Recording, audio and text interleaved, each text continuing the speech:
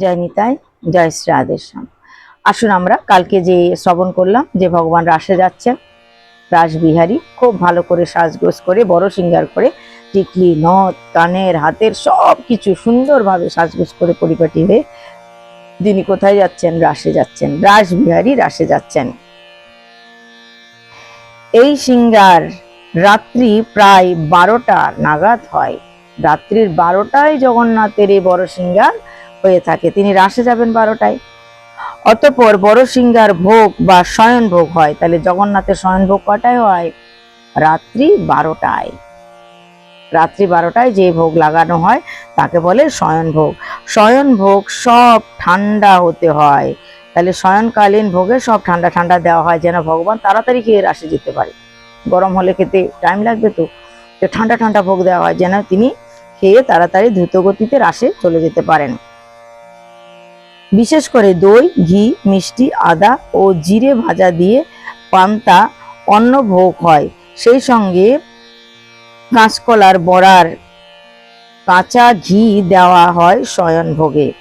কাঁচকলায় বড়া করে এতে কাঁচা ঘি ঢেলে দিয়ে তো ভগবানকে দেওয়া হয়। সবই ঠান্ডা, দেখুন দই ঠান্ডা, ঘিকেও ঠান্ডা করে দেওয়া হয়, মিষ্টি, আদা, জিরে ভাজা দিয়ে পান্তা ভাত। ভগবান তাহলে পান্তা ভাত খেতে ভালোবাসে, তো পান্তা ভাত তাকে দেওয়া হয়। সেই সঙ্গে কাঁচকলার বড়া করে উপরে একটু ঘি দিয়ে তার শয়ন ভোগে দেওয়া হয়। শয়ন ভোগের পর শয়ন আরতি হয়। শয়ন ভোগ লাগানো হয়ে গেল, ভোগ সরানোর পর তারপর আরতি করা হয়। শয়ন আরতির পর শ্রী শ্রী জগন্নাথ দেবকে হাতির দাঁতের পালঙ্কে শয়ন করানো হয়। প্রভু আমার জগন্নাথ, জগতের নাথ, যে কোনো পালঙ্কে শয়ন করবে না। হাতির দাঁতের পালঙ্ক সব থেকে দামি পৃথিবীর মধ্যে। হাতির দাঁতের পালঙ্কে তাকে শয়ন করানো হয় এবং গর্ভগৃহের বাইরে একটু আড়ালে দাঁড়িয়ে এক বস্ত্রে গীত গোবিন্দ শোনানো হয়। গীত গোবিন্দ পাঠ করে শোনানো হয় তাকে। গর্ভগৃহের একটু বাইরে আড়ালে দাঁড়িয়ে ধীরে ধীরে গীত গোবিন্দ পড়তে থাকে পাণ্ডাগণ, বা যাকে অধিকার দেওয়া হয়েছে গীত গোবিন্দ গাওয়ার, তিনি গীত গোবিন্দ গেয়ে শোনান আর ভগবান ধীরে ধীরে বিশ্রামে চলে যান, অর্থাৎ গান শুনতে শুনতে ঘুমিয়ে পড়েন। এই গীত গোবিন্দ আগে যিনি শোনাতেন তিনি দেহ রেখেছেন। পুনরায় যদি কোনো চিরকুমারী শ্রী শ্রী জগন্নাথ দেবের শ্রীচরণে নিজেকে সমর্পণ করে এই গীত গোবিন্দ শ্রবণ করাতে চান প্রভুকে, তবেই এই সেবা পুনরায় চালু হবে। তাহলে কি বুঝলাম আমরা? বর্তমানে এই সেবাটা বন্ধ আছে, কেননা যিনি গীত গোবিন্দ শ্রবণ করাতেন তিনি দেহ রেখেছেন। আর কুমারী মেয়েরা যদি তার সারা জীবনটা জগন্নাথের নামে সমর্পণ করেন, আজকে থেকে আমি জগন্নাথের নাম, আমি বিয়ে করব না, আমি সংসার করব না, আমার কোনো কামনা বাসনা আছে, একটাই কামনা, একটাই বাসনা, জগন্নাথের সেবা। এইভাবে কোনো কুমারী মেয়ে যদি পুরো জীবনটা জগন্নাথের জন্য উৎসর্গ করে, তবে সেই মেয়েটা পারবে জগন্নাথকে প্রতিদিন গীত গোবিন্দ শ্রবণ করাতে। তাই এই সেবাটা পুনরায় আবার চালু হবে যেদিন কোনো মেয়ে আবার এই সংকল্প নেবে, আমার পুরো জীবনটা জগন্নাথের জন্য অতিবাহিত করব। যতবার ভোগ হয় ততবার 3 ঠাকুরের জন্য দুটি করে পানের খিলি, অর্থাৎ 6টি করে পানের খিলি দেওয়া হয়। কারণ ভোজন করার পর যদি তাম্বুল অর্থাৎ পান না খাওয়া হয়, বিড়া না দেওয়া হয়, তবে পূর্ণ ভোজন হয় না। তাই যতবার ঠাকুরের ভোগ লাগবে ততবার ঠাকুরকে 3টা করে বিড়া অর্থাৎ পান দেওয়া হবে। রাত্রে শয়নের সময়ও এক ঠাকুরের 2টি করে পানের খিলি এবং ডাবের জল শয়ন খাটের পাশে রাখা হয় প্রভুর জন্য। রাত্রিবেলায় গীত গোবিন্দ তো শোনা হবে, আবার এদিকে শয়ন কক্ষে যখন বিশ্রামে যাবে ঠাকুর, প্লেটের মধ্যে করে 2টো পান এবং ডাবের জল রাখা থাকে। ভগবানের রাত্রে যদি জল পিপাসা পায়, জল পিপাসা পেলে রাত্রিবেলা উঠে পান করবে, পান খাবে ইচ্ছা হলে। এইভাবে চলে বিশ্বপতির নিত্য সেবা পূজা। তাহলে বিশ্বপতির নিত্য সেবা পূজা তো এইভাবেই চলে। এছাড়াও বিশেষ বিশেষ তিথিতে অনেক অনেক সেবা পূজার নিয়ম থাকে, যা লিখে শেষ করা যাবে না। ওই যে প্রথম দিন বলেছিলাম দিনচর্যা থাকে, প্রত্যেক দিনের কি সেবা হবে সেটা বলছে। যারা আজকে 40-50 বছর ধরেও জগন্নাথের সেবা করছে তারাও বলতে পারবে না ঠিকঠাক যে আজকে কি সেবা হবে। এটা প্রত্যেক দিনের একটা চার্ট থাকে, অর্থাৎ দীর্ঘদিন থেকে এই চারটা কে তৈরি করেছে? ব্রহ্মাই তৈরি করেছিলেন। সেই নিয়ম কানুন মেনে এখন অব্দি সেবা হচ্ছে। তাই যে এই দায়িত্বে আছে ভগবানের সেবাটা কিভাবে হবে সবাইকে বলে দেবে, তিনি গিয়ে এই চারটা ভালো করে পড়েন, তারপর সবাইকে বলতে থাকেন, সারাদিন বলতে থাকবে এই সেবা এরম হবে, এরম হবে, এরম হবে। একবার গিয়ে লিস্টটা পড়বে, তবে আবার বলতে থাকবে কি কি ভোগ লাগবে, কখন লাগবে, কিভাবে লাগবে, আজকে কি পোশাক কি হবে, সব এটা প্রত্যেক দিনের দিনচর্যা দেখেই তারপর বারবার করে সবাইকে বলতে থাকেন তিনি। এটাই তার কাজ।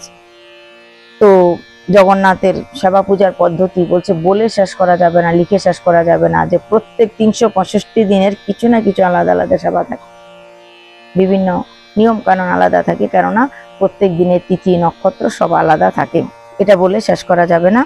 এখন 36 প্রকার পাণ্ডাদের নাম এবং কার্যের সামান্য পরিচয় উল্লেখ করা হচ্ছে। 36 প্রকার যে পাণ্ডা আছে তাদের একটা পরিচয় এখন দেওয়া হচ্ছে। আসুন আমরা পাণ্ডাদের পরিচয় শ্রবণ করি। যারা প্রভুর নবকলেবরের সময় রেশম দড়ি পাকান, যে দড়ি দিয়ে ঠাকুরের কলেবর নির্মাণ করা হয়, উপশিরা তৈরি হয়, সেই রেশম দড়ি যারা বানান বা পাকান তাদের বলা হয় পাট্রা বিষয়ী।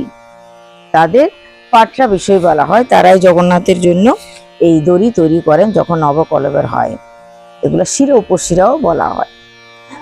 যারা চন্দন ঘষেন তারা হচ্ছে ঘুটিয়ারি।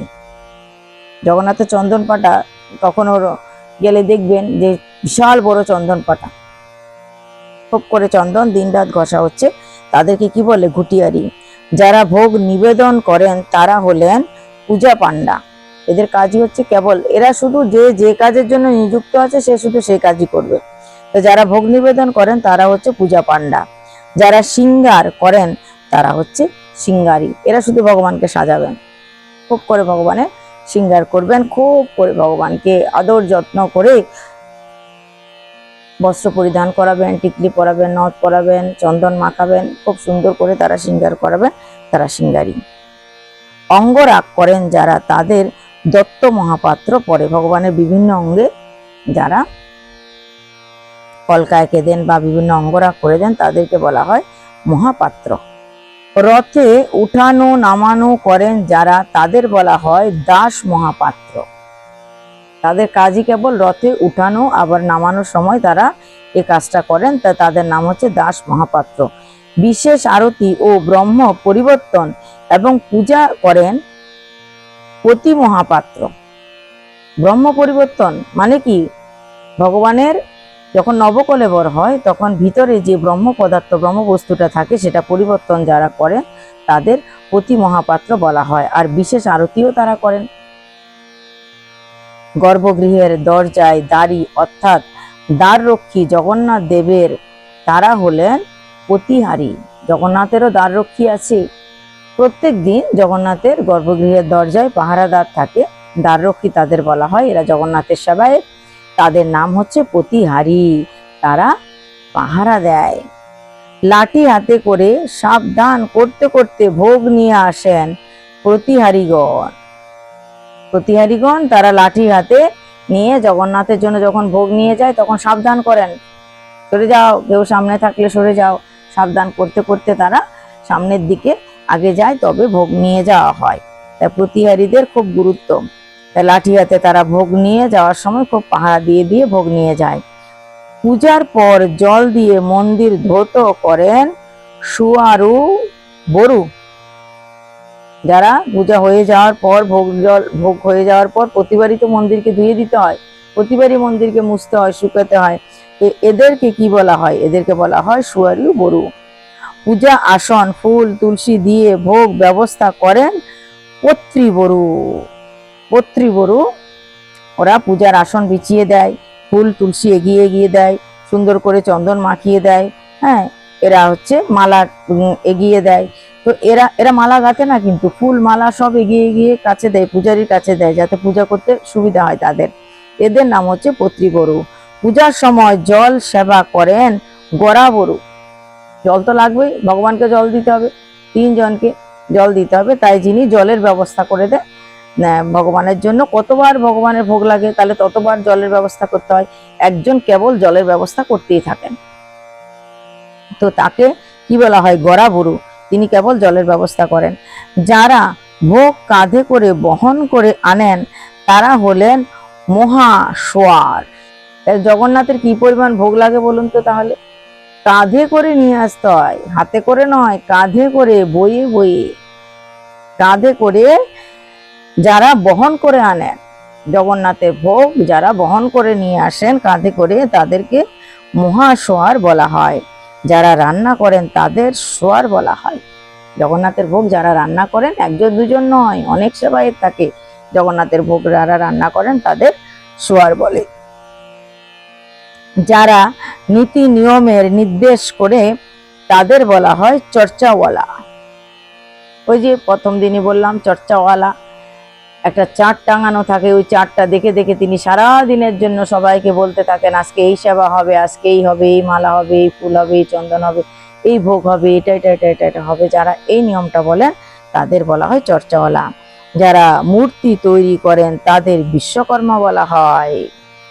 ভগবানের বিগ্রহ তো তৈরি করতে হয়, নবকলেবর হলে ভগবানের বিগ্রহ তৈরি করতে হবে না? নতুন করে বৃক্ষ নির্ধারণ করা হবে, নতুন নতুন করে তার বিগ্রহ যখন তৈরি হবে জগন্নাথের কাঠ দিয়ে চারু মূর্তি, তখন সেই যে ব্যক্তিরা এই ভগবানের বিগ্রহ তৈরি করেন তাদেরকে বলা হয় বিশ্বকর্মা।